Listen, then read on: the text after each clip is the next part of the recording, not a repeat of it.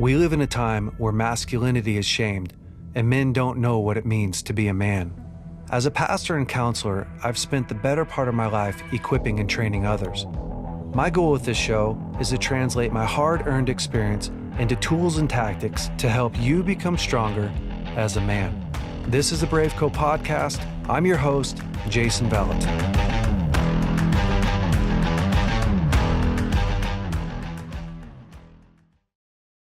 Welcome back, BraveCo Men, to the BraveCo podcast. This week, we are in the very middle of our Makings of a Man series. And if you guys have been following along, these have been awesome. I'm really enjoying it. I have another incredible man to help talk about our attribute this week, and his name is Julian Adams.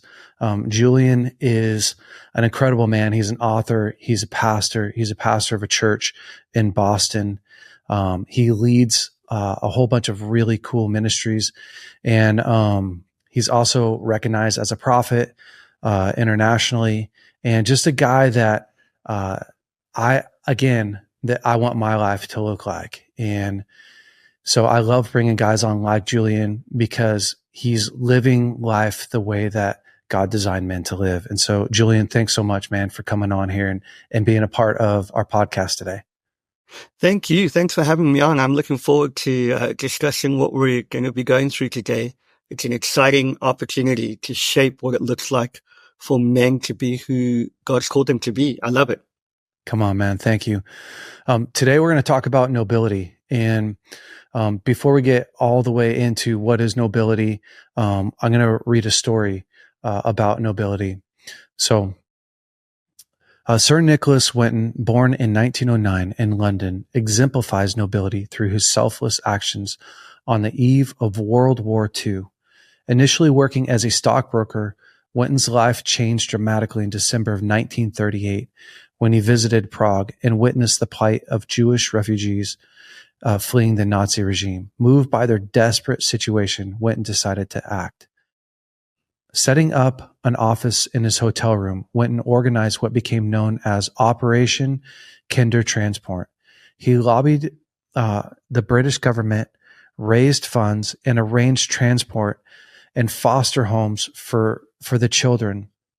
From March to August 1939, Winton and his small team managed to rescue 669 children, mostly Jewish, from his almost certain death in the Holocaust. Remarkably, Winton kept his heroic efforts a secret for nearly 50 years. His wife discovered his scrapbook in 1988, which led to his story being shared publicly. This revelation brought widespread recognition, including a knighthood from Queen Elizabeth II in 2003, and the Order of the White Lion from the Czech Republic in 2014. Despite the accolades, Winton remained humble, often downplaying his role and emphasizing that more could have been done. His actions and humility continue to inspire, showcase the true nobility lies in recognizing our shared humanity and acting with compassion and courage to help others in need. I love this story of a man who is a businessman. He's living his life. He's working hard, and all of a sudden he sees atrocity, and of course, all these young kids who are going to die. Right, they're going to be taken captive and die. And from a place of compassion, from a place of nobility, he actually goes, I'm going to do whatever it takes in order to make your life better, in order to grow your life, in order to protect you and provide for you. And, I really love this topic of nobility, because in our day today, it's easy as a man to think that success is what's most important. And achieving success. I was actually on a counseling appointment today, And I'm counseling this young man that I really like a lot. He's a really, really great man. And we started to talk through about some options in his life, about how he can grow and better his life. And he's wanting to move forward in his life and really feel like he's proud of himself and feel like he's making some good ground in life.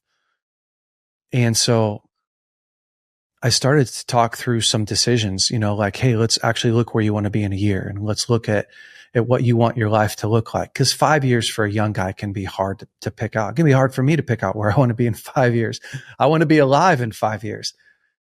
And so he started to think through where he wanted to be.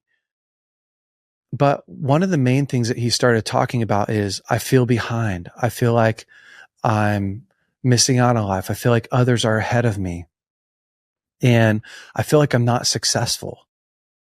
I started to explain to him, like, I think your definition of success and what success really is are two different things.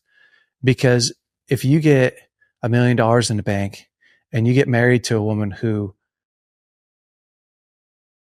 doesn't have good values and your relationship isn't healthy, if you're not actually a noble man, if you don't have healthy, godly character living inside of you, then is achievements really success? It's not. What comes first is, do I have the character inside of me? Am I living as a noble, godly man? And if I'm not, then everything else in our life is secondary to that.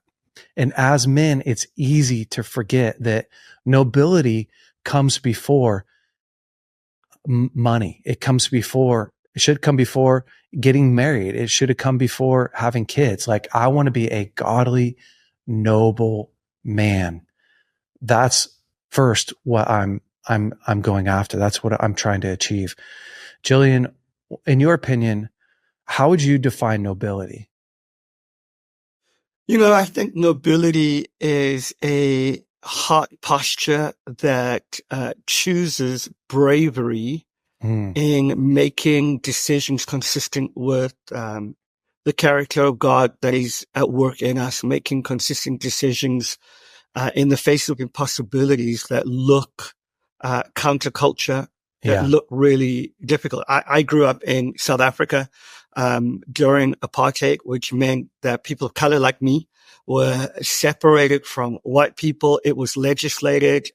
It was a proper system that divided black and white in a way that was just evil.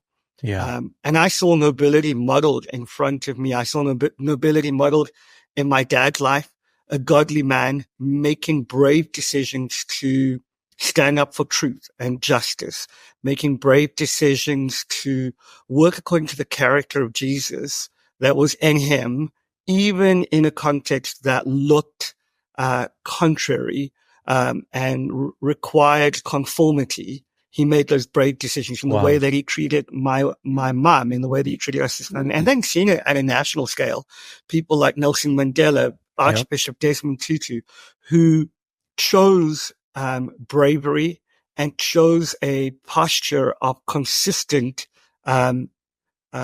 character that worked in the face of impossibility, to be truthful, to be integrous, to redefine people's thinking around racial issues. So for me, it's quite a live topic. And these were the real men that were making the difference. Yeah. In a system where the government legislated the separation of men and women, particularly men of color, from their families. So it left a whole generation of people fatherless. Wow. These men were choosing to stand up against it, choosing to be the best model they can be for their family, choosing to be the best model they can be for the nation at the time. For me, nobility is the kind of raw bravery that says, I know who God has made me to be. I'm going to walk that way in the face of all of the junk, in the face of the culture wars, in the face of everything that's thrown at me, for the sake of legacy, for the sake of shifting it for a whole generation, which is what I now get to walk in because of people like my dad, because of people in my family, because of people in our nation who made a difference. That's amazing. Yeah, I think to really help people understand, like, nobility is, it's being a man of character. It's being a man of integrity. It's being honest, right? When it costs you something, it's showing up when you say you're going to show up. It's following through, right? It's how you do the little things, like when no one's watching you, right? That's the most important. How do you do your everyday life? So when we think about, man, a noble man, we think through like Julian was saying, Nelson Mandela, or these men that were selfless. They lived their life based upon a creed, based upon a code that that actually followed through on what they said that they were going to do. And it's almost sorry, my throat is weird today. It's almost a dying breed in a lot of ways, because the opposite of nobility is selfishness, right? Yeah. The opposite of nobility is self-centeredness.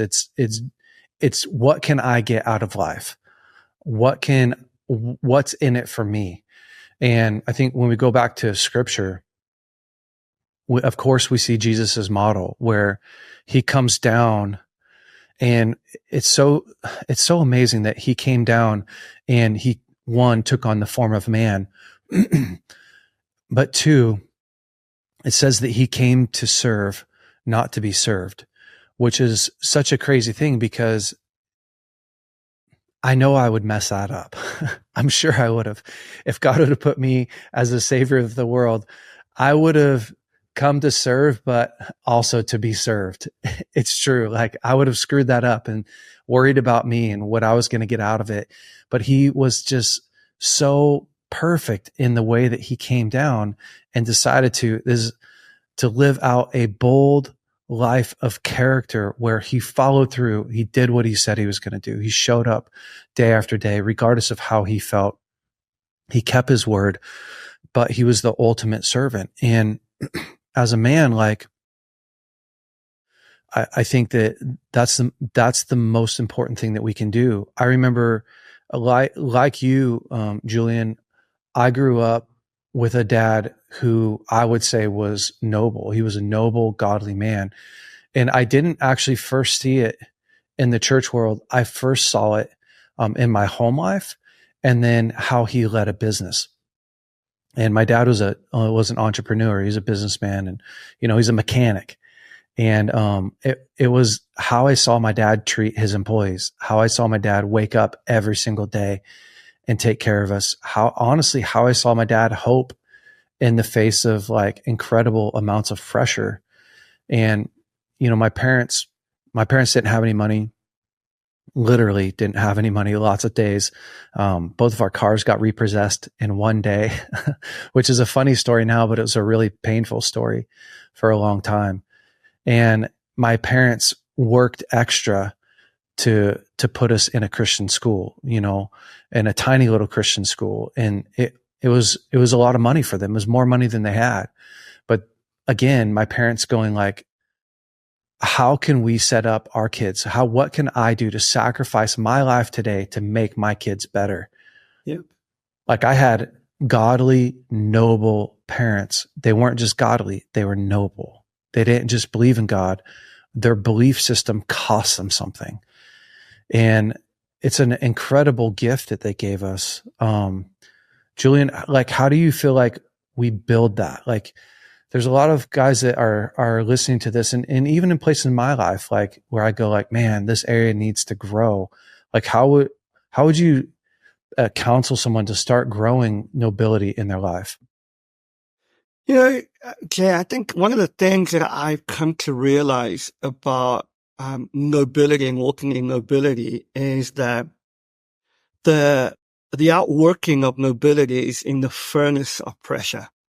Like, it is all easy to have ideals, and it is all easy to have particular value systems. Yeah. But when you're in that moment, when you're having to choose to serve your wife, serve your family, lay down your life for your friend, when you're choosing to walk in integrity in your workplace, and when you're choosing to make the decision that actually will work against you, but out of the place of deep conviction in the character of Jesus, you're still walking there.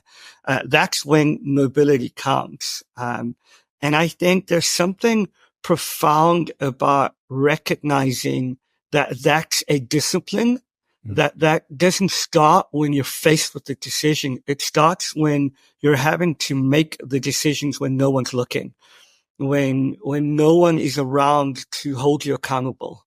That the internal system that you built up around what it looks like to walk in the identity of Jesus, that internal system at that moment, when no one's looking, no one really is holding you accountable, and you're still making a decision that is consistent with the brave choices, the impossible choices, the ones that are holding the character of Jesus in your life to account. That's when it begins. And so for me, I remember starting to pray for my wife as a young kid. I must have been about 13 or 14 when I started praying for my wife. I was like, Jesus, give me a phenomenal, beautiful woman. I can't wait. And then watching my dad serve our family and realizing, oh, hold on a moment. There's a process that I have to begin right now in serving in this family, where I'm at, in the space that I'm in. I think most Christians often delay what's in front of them for a future promise and miss out on the lesson that God wants to teach them in the present. And we have got to make sure that we're making the decisions right now. There's this beautiful moment in the Gospels that Jesus talks about the way of the kingdom. And he says the way of the kingdom is like a master of a farm. He's got this big farm, goes out, sows some seed, and in the evening, at the nighttime, the enemy comes in, sows some tares amongst the wheat. You know that story. Most of your listeners will be familiar with that story. And Jesus makes this profound statement. He says, the way we will separate the wheat from the tares is by allowing them to grow at the same time until full maturity. And the reason he does so is because tares, when they are fully grown, they stand up quite tall and they are empty-headed. They've got no reproductive seed in them. But wheat, when it is fully grown, is bowed low, full of reproductive seed. It's got a head that is bowed low. And I want to suggest that the reason God uses maturity in the kingdom, using wheat as the example, is because the posture is that of servanthood and it's that of reproductive ability. In other words, legacy. It's about leaving something. And I think right now we get to make decisions wherever we're at, whether you're a young man or whether you're in middle age, wherever phase you're in. Like, what's your posture going to be? Is it going to be tall, empty-headed? Or is it going to be bowed low in the posture of servanthood, making those decisions even when no one else is looking? And is it going to be for the sake of someone else, for the sake of another generation, for the sake of people to come? When we live like that, we live the kingdom way. We live, like the Apostle Paul says, having this idea of a servant-hearted mind, just like Jesus did, not counting equality with God as something to be grasped, but humbling himself into the form of a servant. And that's harder than we sometimes think. It's more frustrating. I often tell people the most sanctifying moment that I discovered in my life was not even when I got married. It was when I had my first kid. The self-giving nature of serving someone so vulnerable without any return in the immediacy. Because let's be honest, we all love quick, instant return and gratification.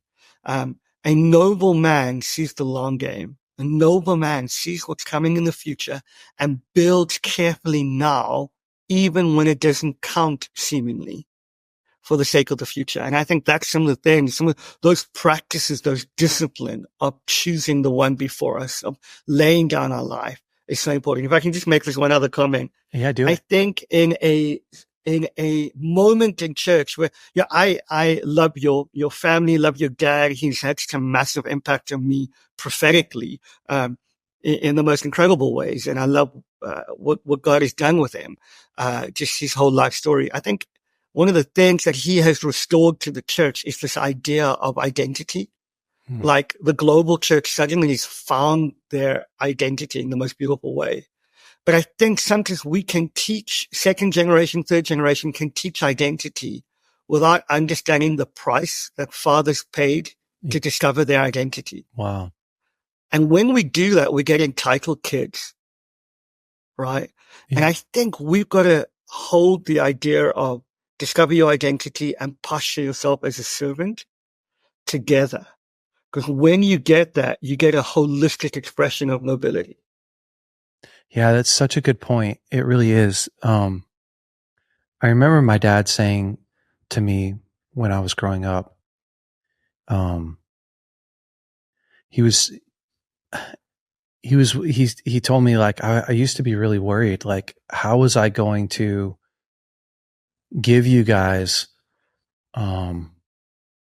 the leadership lessons that have taught me how to be a leader and how to be a man of God and how to grow in faith when growing up in a family that was really good. Right. So my dad, because he was a first generation Christian and came from a hard home, you know, he's like, that shaped my character so much. And it shaped, it like gave me grit, you know, gave him grit, and it made him have to rely on God. And then when you look at, you know, I grew up in a home that was full of love and care but it's interesting because if your parents really model what it looks like to live a noble life, life in and of itself has so many challenges. I look at my life and I'm like, man, I honestly really do feel like I've lived 3 different lives. 0 to 18 felt like one life. It felt like, man, that was everything I did before I got married. And then I got married the first time, and that lasted till I was 28, and, you know, went through a divorce, and that was a completely different life. And then I went through a nervous breakdown and got remarried. And, you know, and you know what it's like. I mean, you're 40, almost 46, you're 45 years old. I'm 44. And life has so many challenges that every human being has the opportunity to allow life and allow these challenges and trials to really shape who you are. I think a lot of people have never seen godly, like real godly, healthy Christian leaders lead in a way that's inspiring. Yeah. And I think that what we've seen a lot and is godly leaders lead in the best way they know how, but it ends up being really controlling, or it ends up being too passive, right? It's too passive. There's not enough confrontation. There's not enough, like the Bible says, to train up a child in the way they go, and they won't, and when they get older, they won't depart from it. So we both have young kids. It feels like every week my kids are departing from what I'm teaching them. Yeah. But our job is to train them up, right? Is to continue to train them. And I've just seen that a lot. So I really do, like, the men in my life who have really taught me nobility, have done a great job at going, this is what it looks like to be a godly man, and walking it out and living it out in a way that isn't controlling, but also isn't coddling.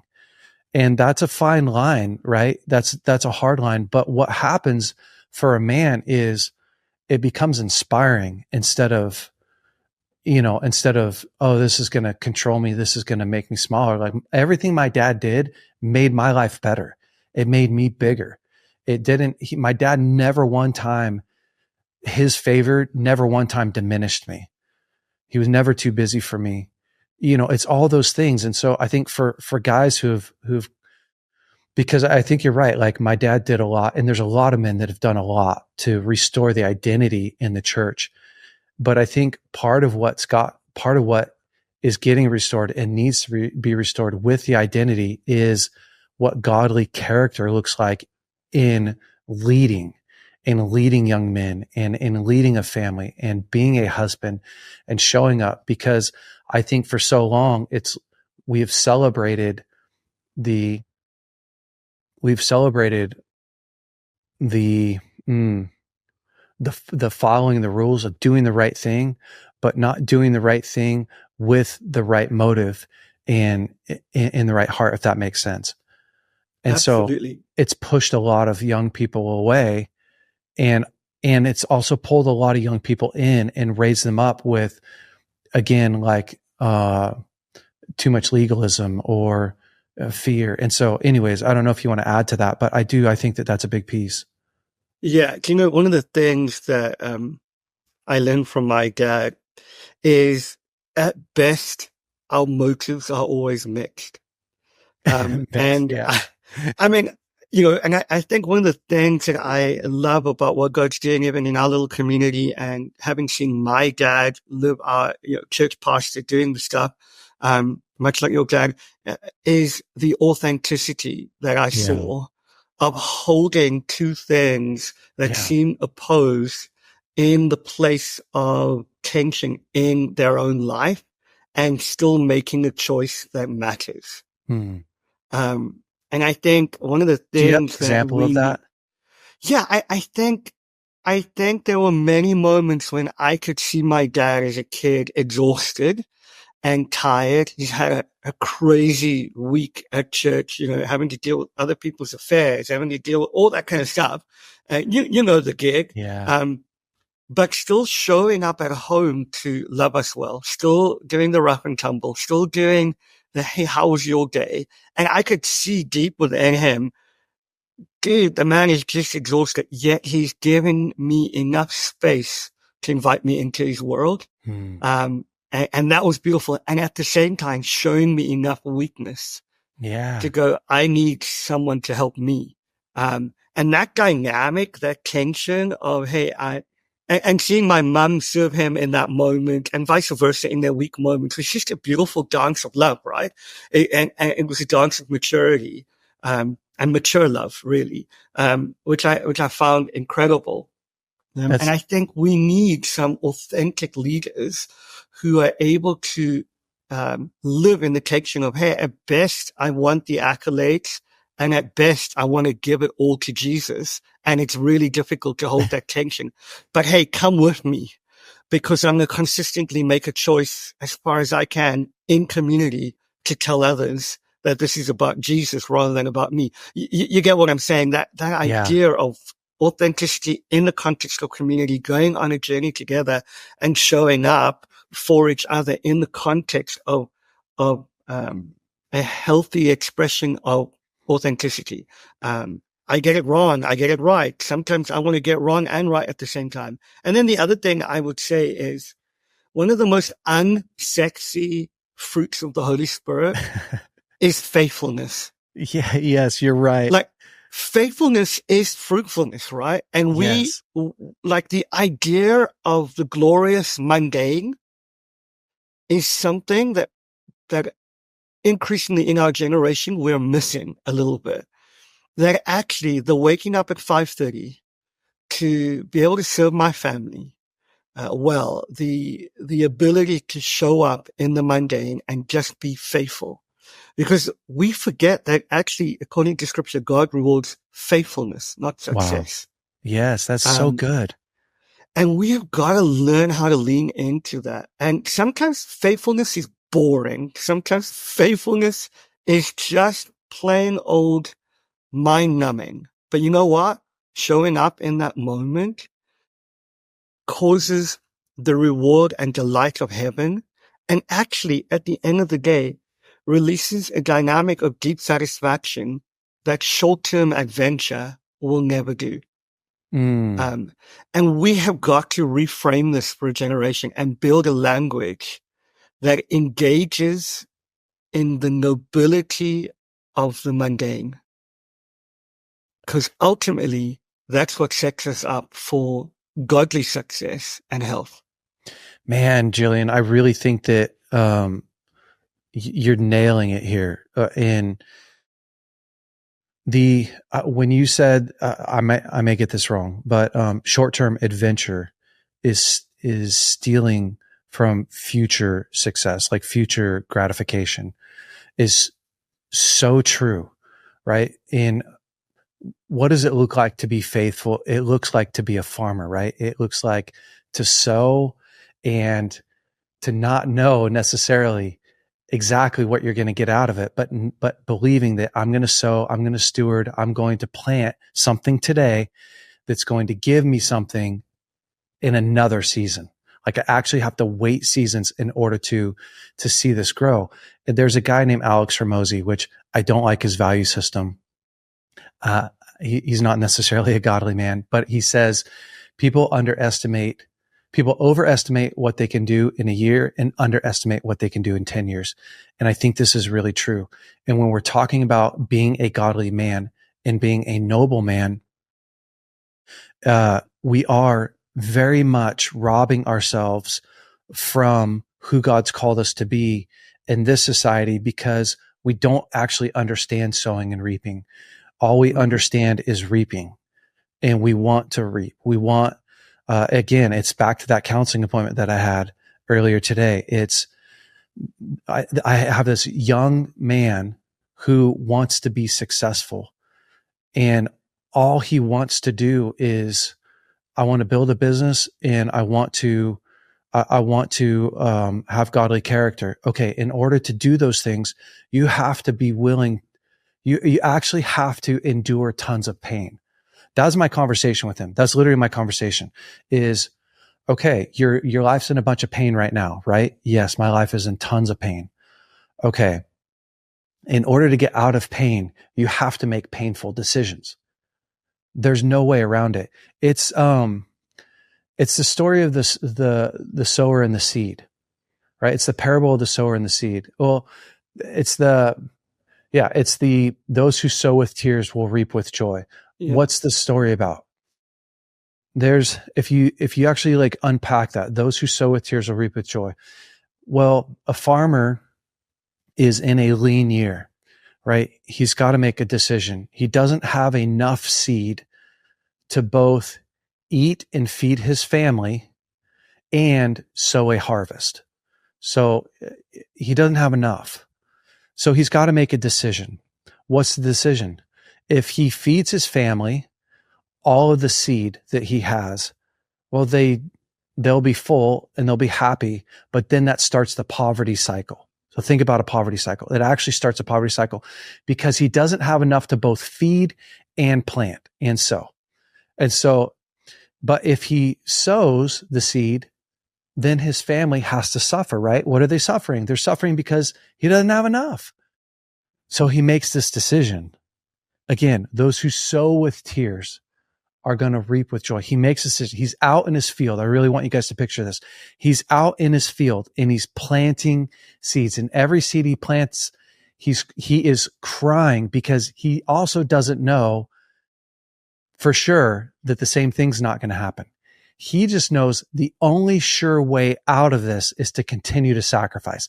That's the only sure way over time to know my life's going to be different. A year, 2 years, 5 years, 10 years from now, my life's going to be different. And the same is true for us, right? Like if you want a great marriage, well, you know, if you're in pain right now, the only way out of it is serving, is sowing, is starting to go, what can I sacrifice today? It's probably your time. You got to become a better learner. You got to get more tools. You have to learn, how to break your cycles. And we're talking about nobility. This is all under the context of being a noble man is I'm giving up today for tomorrow. I'm willing to forget about today's adventure. What would be fun today? What would be exciting? What would be enjoyable? And in my book, Winning the War Within, that I wrote a long time ago, I talk about us having to put on the farmer's mentality in order to break poverty cycles in our life and in order to become who God's called us to be. And the farmer mentality is simply that. It's, I'm willing to sacrifice today. I don't care about the heat stroke. I don't care about the blisters on my hands.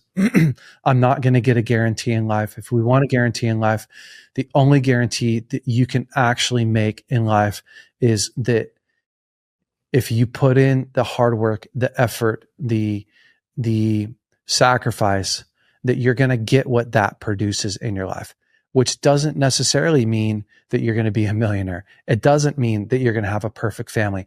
It means that you're going to have godly character, that you're going to develop inside of you with God this character that can withstand blessing, that can attract God's favor, that can attract his help in your life. And man, Julian, I really do. I think that what you're talking about, God rewards faithfulness. And being faithful is so unsexy. It's crazy. It's the most underrated spiritual fruit, I reckon. One of the things, if I can just say this, my family story is one of incredible legacy transformation. Wow. My parents grew up in relative poverty. I grew up in relative poverty. And they sowed faithfully into who we are, both in terms of how they dealt with their finances, how they dealt with their marriage, how they modeled something different for us. The thing that I love, particularly on the front of being faithful, just on something so simple like being generous with finance, is they gave themselves out of poverty. Wow. So that we, the kids don't have to live in any poverty. And we're talking,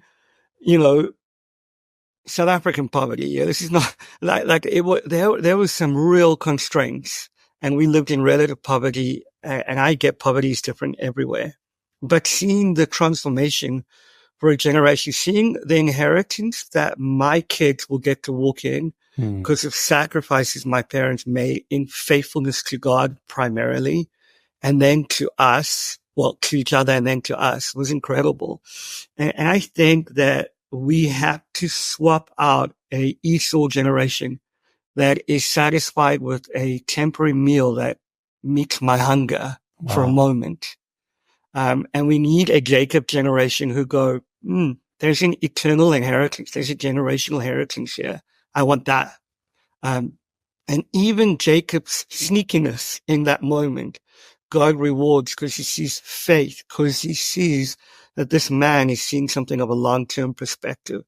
And I think we need a generation like that who lean in. And one of the things that I'm discovering in the process of, I think what you're really talking about is cruciformity, being shaped in the way of the cross.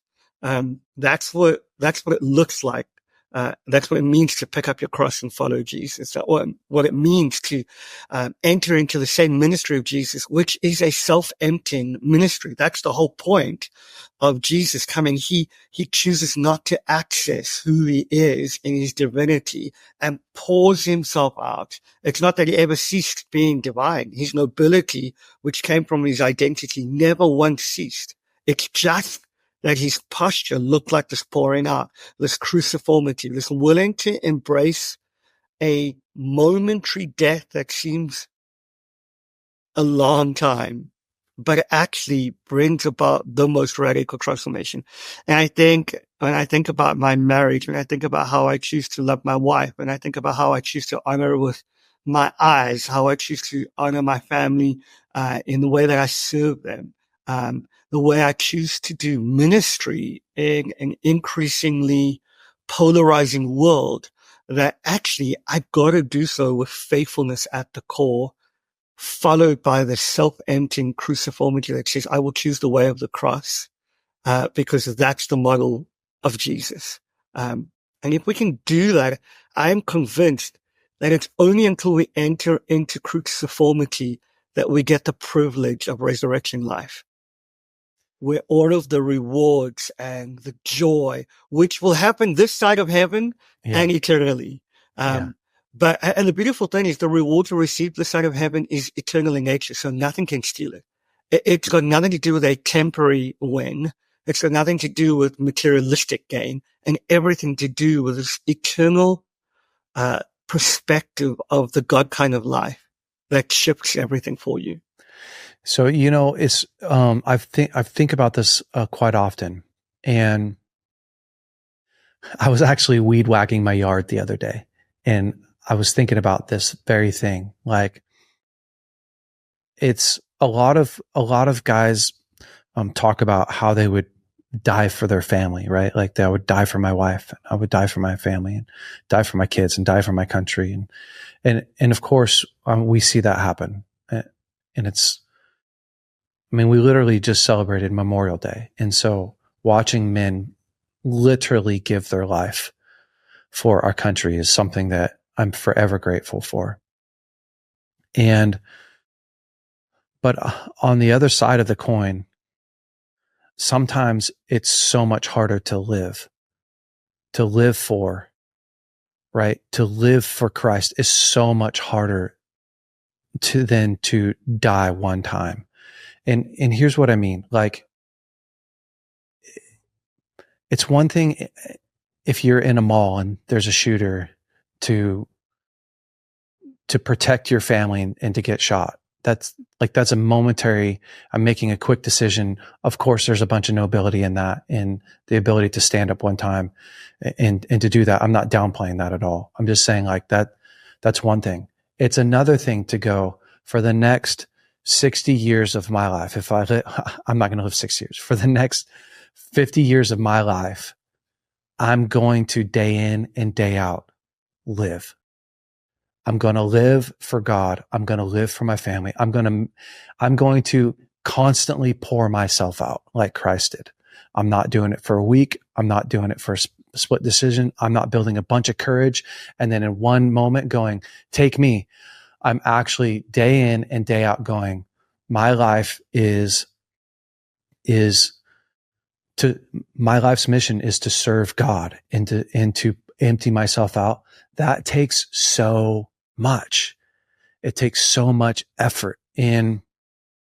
But on the flip side of this, that's where all the life is, right? So we're talking about how hard it is.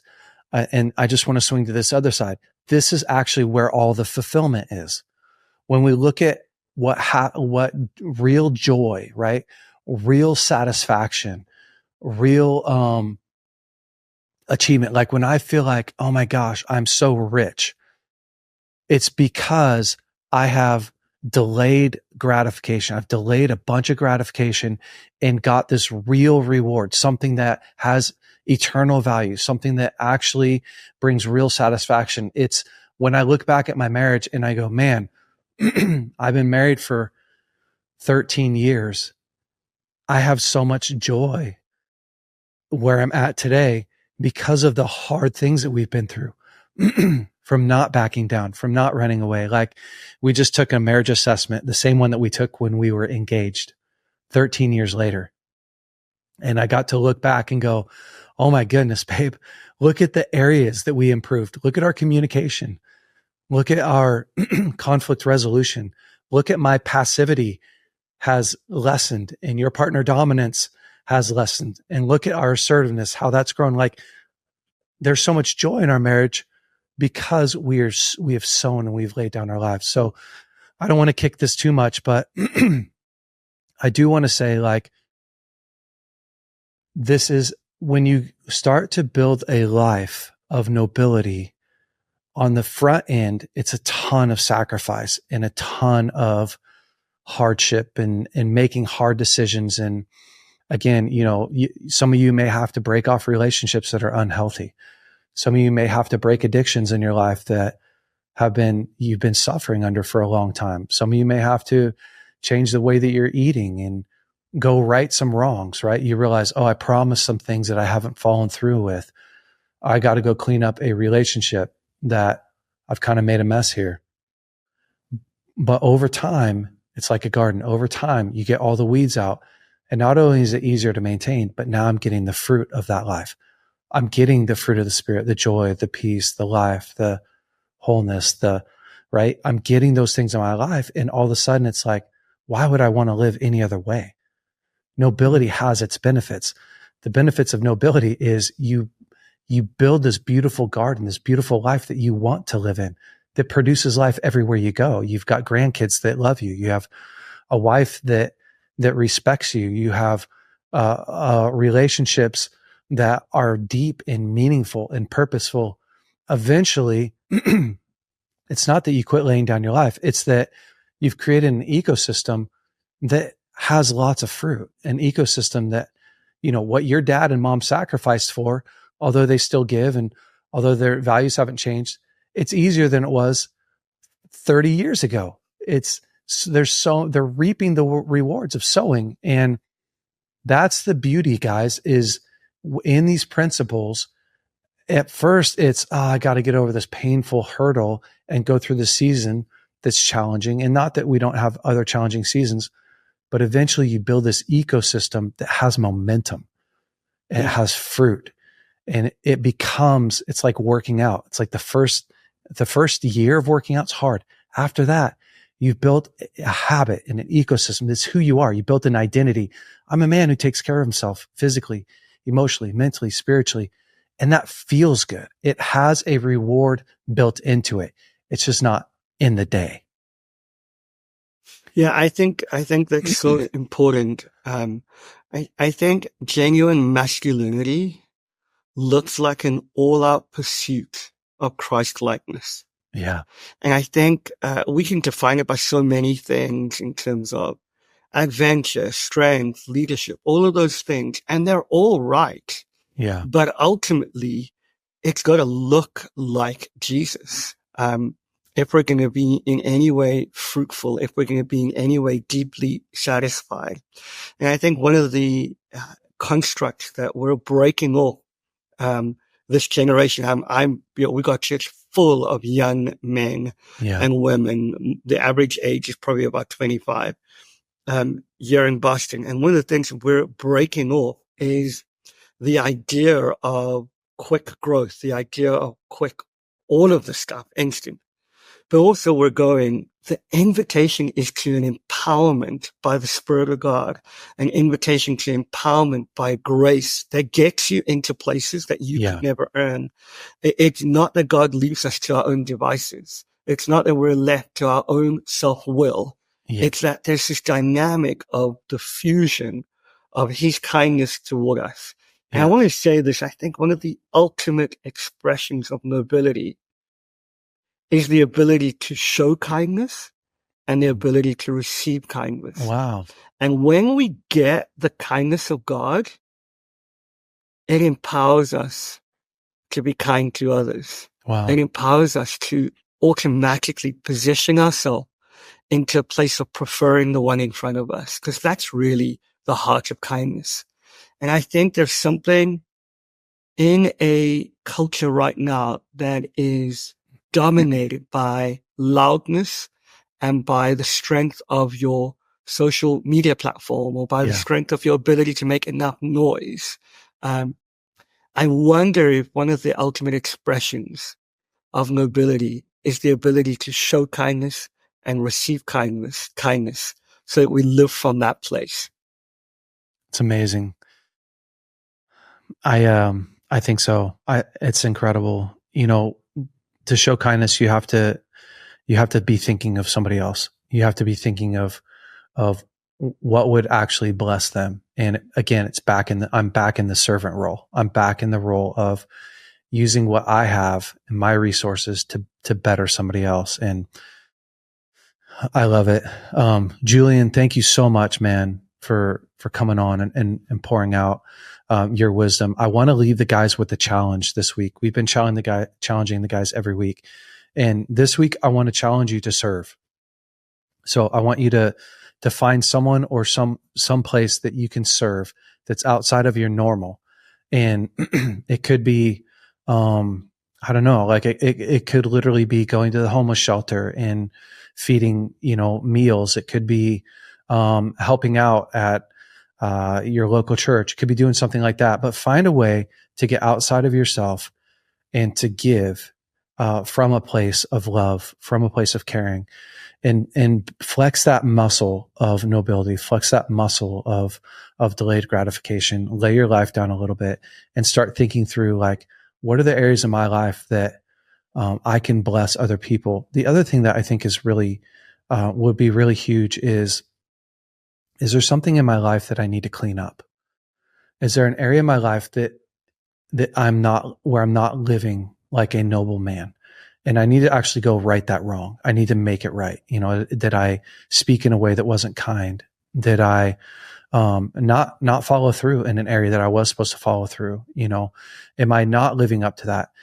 Just take a minute with the Holy Spirit and allow him to show you that area in your life, and then go right that wrong this week. So, Julian, thank you so much, man. I appreciate you. Thanks for coming on here. Thanks for having me on. It was a great conversation. Yeah, it means a lot. All right, BraveCo Men, have an incredible week. Stay brave out there. Hey, BraveCo Men. Hopefully you loved this week's episode. Listen, if you have not subscribed to our podcast, you are already behind. Go ahead and click right here to subscribe to our podcast. And if you have not watched last week's episode, you can click right here and watch last week's episode. And listen, if you want to upgrade your wardrobe, you can check out some of our new hats that we have in stock and all our other swag. Go to braveco.org and you can look at our store there. Have a great week. We'll see you next week.